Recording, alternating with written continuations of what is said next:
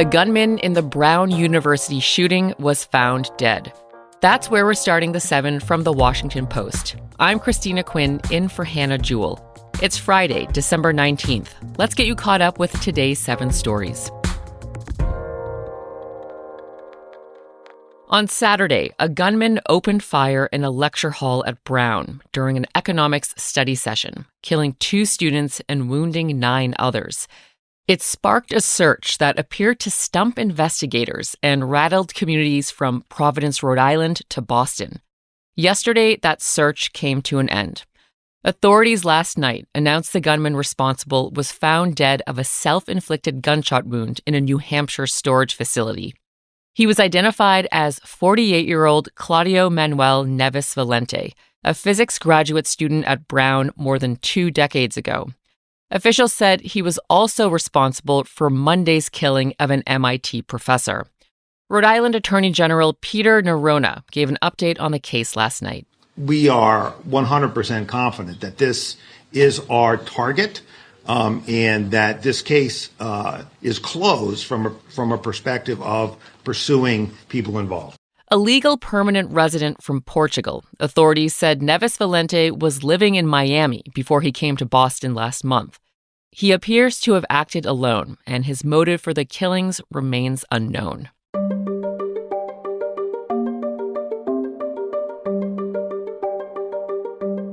The Kennedy Center Board voted to rename the arts institution to the Trump Kennedy Center. That's number 2. For months, President Donald Trump has repeatedly joked about renaming Kennedy Center after himself. The Trump Kennedy Center, Kennedy Center, I'm sorry. Now that joke might become reality. Yesterday, the board voted in favor of renaming it to the Trump Kennedy Center. Trump joined the board meeting virtually and thanked members for their vote. That's according to an attendee who spoke to the Post. The move drew an immediate backlash. Kennedy family members and Democrats blasted the potential renaming as illegal. The law establishing the building designates it as the John F. Kennedy Center for the Performing Arts. The vote to rename the Kennedy Center represents the latest effort by Trump's allies to honor the president by putting his name on government buildings and programs.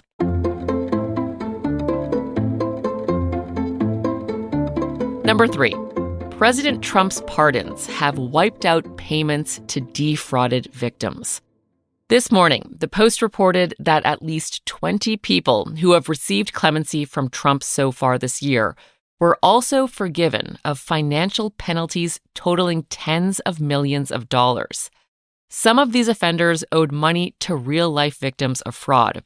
Marion Morgan, for example, was sentenced in 2013 to nearly 34 years in prison for running a Ponzi scheme.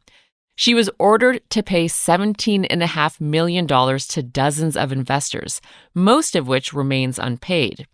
In May, Trump commuted her sentence to, quote, time served with no further fines, restitution, probation, or other conditions. Trump has wielded his executive power to reward dozens of allies.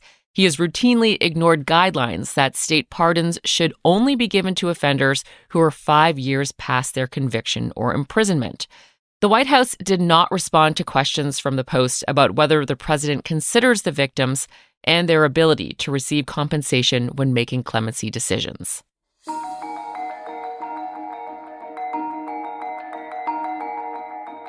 The Coast Guard abruptly deleted its noose and swastika entry from a new policy manual. That's number 4. Yesterday, Rennie told you about a controversial section from the Coast Guard's new workplace harassment policy. It had downgraded the definition of swastikas and nooses from overt hate symbols to, quote, potentially divisive. Well, that section has now vanished. In a message to all personnel, Admiral Kevin Lundy, the service's top officer, said the section had been completely removed from the policy manual. The document now shows a large black bar obscuring the relevant chapter in its table of contents. There's also a message directing readers to a separate manual outlining the Coast Guard's civil rights policies. It was an abrupt turnaround after the updated guidelines were allowed to take effect this week.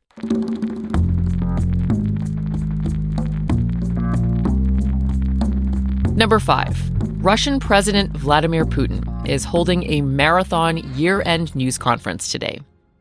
It's not often that Putin answers questions from the public, but today, ordinary Russian people can quiz their leader in the annual event, which often runs for 4 hours. It is the Russian president's most significant public address this year. Polling from the Levada Center, an independent agency, suggests that 21% of Russians wanted to know when the war against Ukraine would end, and 16% wanted to know when pensions and benefits would increase. The event comes as President Trump is pushing to settle Russia's war against Ukraine. Number 6. Feeling a sense of wonder every day can improve your health. Researchers from King's College in London analyzed people while they looked at art for 20 minutes. And their study, which is now in preprint, found that their levels of the stress hormone cortisol dropped by an average of 22%. And that's not all. Their markers of inflammation dropped even more sharply. Their heart rhythms also signaled greater relaxation. If you'd like to try it for yourself, click the link to our newsletter. You can find that in our show notes. It has prompts used in a National Gallery of Art tour, which is meant to help you experience a sense of awe. But the questions can also be used while you're on a walk or at another exhibition.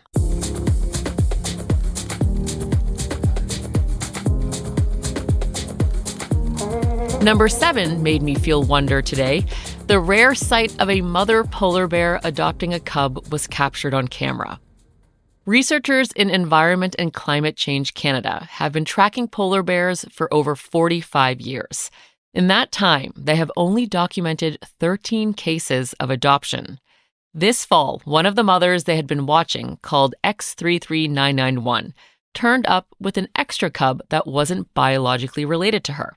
It's unclear why adoptions like this happen, but one of the research scientists said it could be because polar bears are really good moms who can't help but intervene when they spot a lone cub.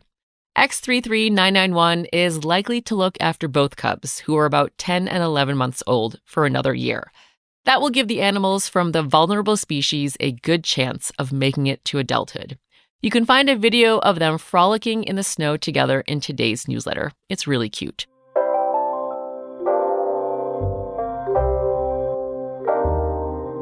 That's the show for this week. But before you go, here's another reminder to please take our podcast survey. We want to hear from you about your listening habits and how you think we could be better. It shouldn't take more than 10 minutes to complete. And when you're done, you can enter to win a $100 gift card. Find it at washingtonpost.com/podcast survey. That's washingtonpost.com/podcast survey. The associate producer of The 7 is Taylor White. The staff writers are Jamie Ross, Izan Akabau, and Hannah Jewell. Special thanks to guest host Rennie Svirnovsky. John Taylor is our editor. Additional editing by me, Christina Quinn. Copy editing by Melissa No and Thomas Haliba. Mixing and sound design is by Jim Briggs and Justin Garish. Our theme music is by Edith Mudge. I'm Christina Quinn. Thanks for listening and have a great weekend.